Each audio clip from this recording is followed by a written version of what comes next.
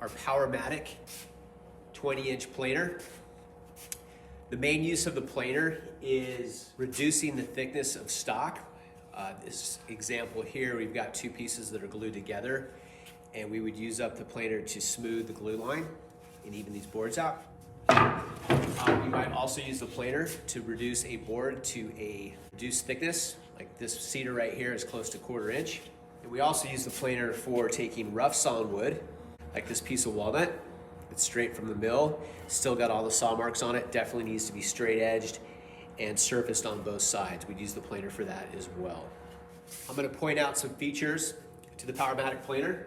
Over here we have a stop reset button. This machine will not start until this is rotated and pops out, then we can start the machine. This is the feed rate handle. This is something you don't want to touch. It controls the speed in which the wood passes through the planer. It's set just fine. Over here we have another handle. It's a micro adjustment to the Infeed table. We don't touch that as well. That's actually locked tight. And then over here we've got the Infeed Table wheel that raises and lowers the Infeed table. This wheel you will be using. The most difficult part of using the planer is getting the Infeed table set at the right height for your first pass. So let's take this walnut for example. All right, we need to surface this and make it smooth on both surfaces. So what we do is we measure the board at its thickest point. I've got 1 1/16, 1 1/16, and then about 1. All right, so the thickest part of this board is 1 1/16 of an inch. So what I'm gonna do is set this red indicator at 1 1/16. 1 1/16. With the Infeed table set at 1 1/16, I'm now ready to plane this.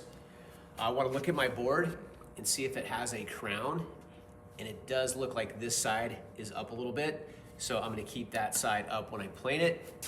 I'm going to hit the red reset button, turn it on.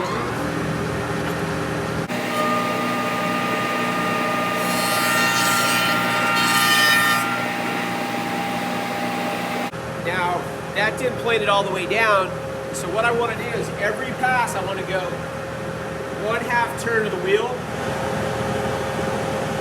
flip the board over, and feed it through again.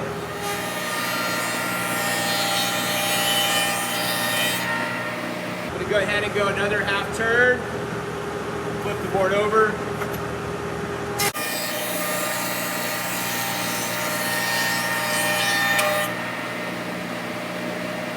And I'm going to keep doing that until I get the board smooth on both surfaces and to the desired thickness.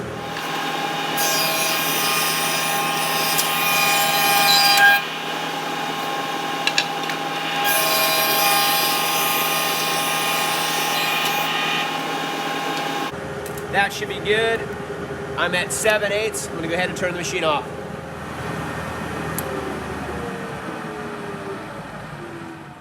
Now, if you don't with the planer, never plane anything that's less than 12 inches in length, as it says right here. Never plane anything that is less than 1/4 inch, like this board, unless you put a backing board underneath it. All right, this keeps it from chattering and allows us to plane it down to about 1/8 of an inch thick. And never plane anything across the grain. All right, we always want the grain going this direction as we feed it in, not this way, it'll blow a piece out.